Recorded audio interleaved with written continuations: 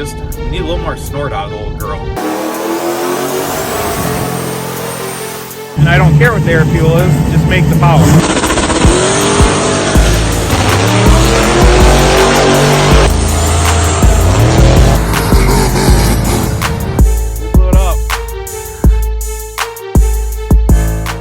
So basically the last like 3 years of my life, I had every intention in the world of moving to Tennessee. I've raced there a few times and I really like it. It's not even that hot out today, and I just don't think I'm cut out for it. All I've done is drop the 2 doors on the trailer. I'm sweating. I get it, I'm not a small guy and have a natural tendency to sweat a lot, but I just don't know if it's for me. I always thought it'd be fun because you can race there all year long. Every down there seems pretty cool. I don't know, if you're from Tennessee or maybe Kentucky for that matter, go ahead and chime in. Let me know if it's worth it or not. I guess surprisingly the oil slick didn't make it to the back of the trailer on the way home. I did notice this, it's pretty good. Just the beat it up engine oil all over the wheels. So you know she comes apart. I haven't really seen anything yet. So I'm kind of curious to see exactly how bad the damage is. There was some training fluid on the trailer, which is the most concerning part because I just bought it. And it's got Stevens $8,200 bolt together converter in it. So get her unstrapped, see what the damage is like.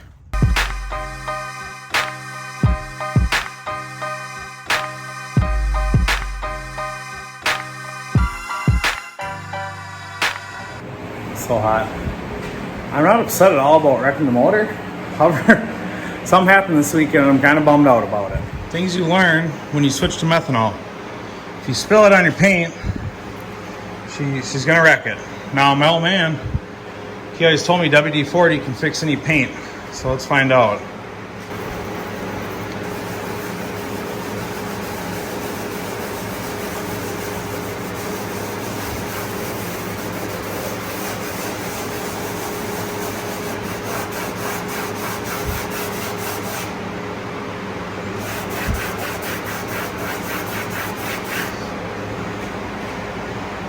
I don't think there's any saving it.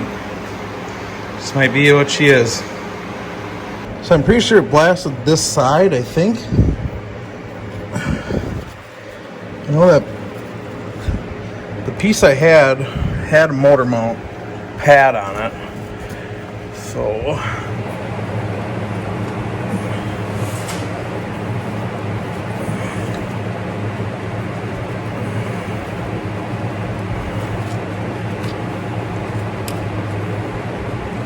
sweet, just got hit in the face with a piece of aluminum.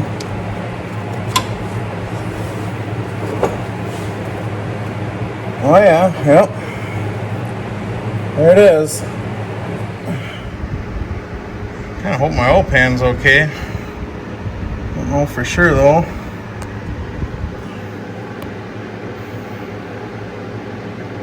Yep.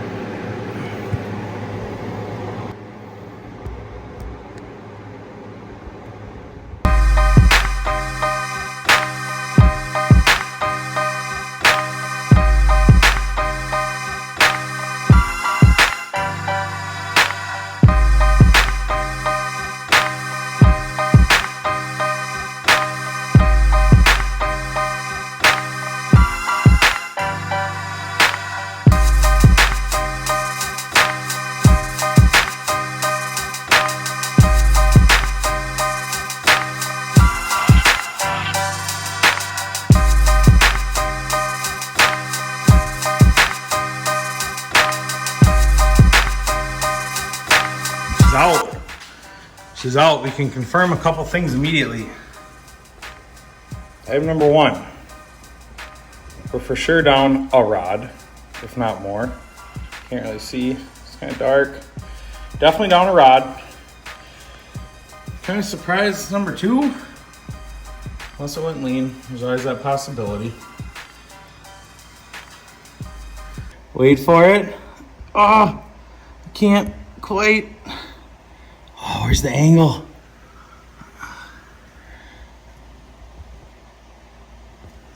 Oh, I can't get the right angle. Hang on. Double whammy. You can see daylight right through it. Oh, there's the daylight. Yeah, safe to say we're not using this block ever again. That was her last hoorah. I mean, if anything, it just confirmed that it was a junkyard motor if anybody had their doubts. But for the main event tonight, we're gonna tear down the old L33. This is the original. It's not the Warhorse 1, it's kind of like Warhorse 2.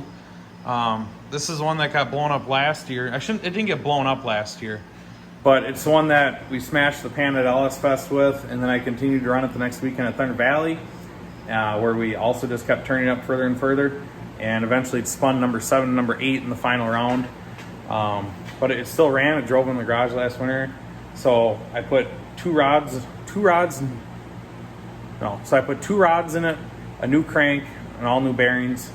And then we ran it at I-29, we ran it at Rock Falls this year, and then we ran it this weekend at Grove Creek, and now it's officially blown up because we got the through holes all the way through. So I'm just gonna pop some stuff off here and we'll see what happened. I'm assuming it ate a piston alive because we were out of fuel a long time ago.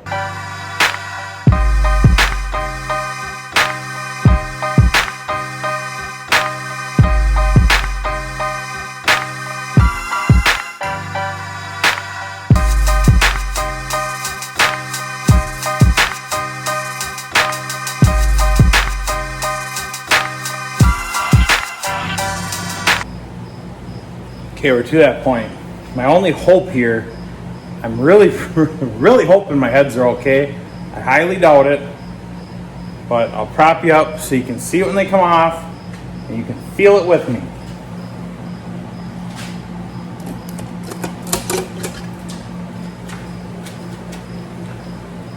Oh, baby. Oh, she might be workable. Oh, still good. Don't let it sit on the ground. Got the first head off on the passenger side. Immediately, I didn't see a whole lot of piston damage, so that was promising. You can see this one's a little cockered. It's not quite straight. Maybe you can see with the angle there, angle to dangle. I don't know, boys. Tune-up couldn't have been that bad. They melt the piston out of it. So far I'm guessing that rod's broke. I'm gonna guess there's no way I'm gonna get lucky enough to have two savable heads, but you never know. Oh, we just might. Oh. Okay, so I popped the oil pan off after we found out the heads were perfectly good. And I got so excited, I had to call Steven right away. So the pan's off. I think this is a wrist pin shoved right through the windage tray. Not 100% sure, but that's what it sure looks like. It wrecked the oil pan because it tried to eject a piece out of there. Ventilated the other side of the oil pan. And a whole bunch of rod right here. But the pistons look mint. Okay, so I really do think it is legitimately a wrist pin. How does it even get down there?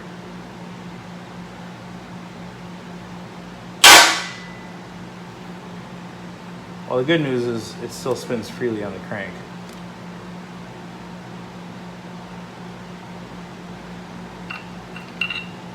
There's the other part of the piston. So it broke at the very top.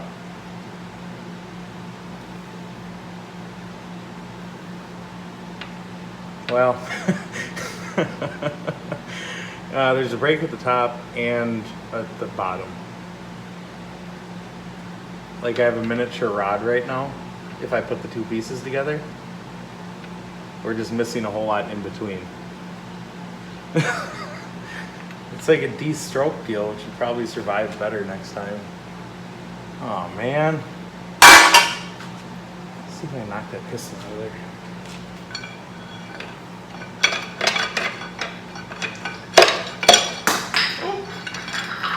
There it is.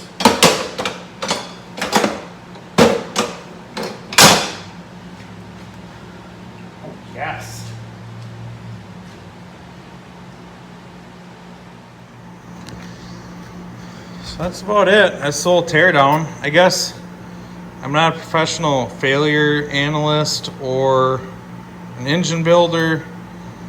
I was assuming the piston failed first. Obviously, it doesn't look like it did. I'm assuming that happened after the chunk rod came up and smashed it.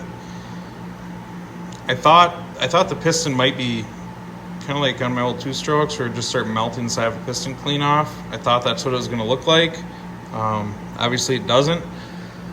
So I guess the only other theory at this point would be that hole went lean and basically backfired or detonated early and tried to send the piston the wrong way and broke the rod. That's about the only thing I can think of. I don't have like individual EGTs or anything where I can tell you that hole went lean. I don't even have wideband for that matter. I don't know, go ahead, chime in, let me know where she went wrong.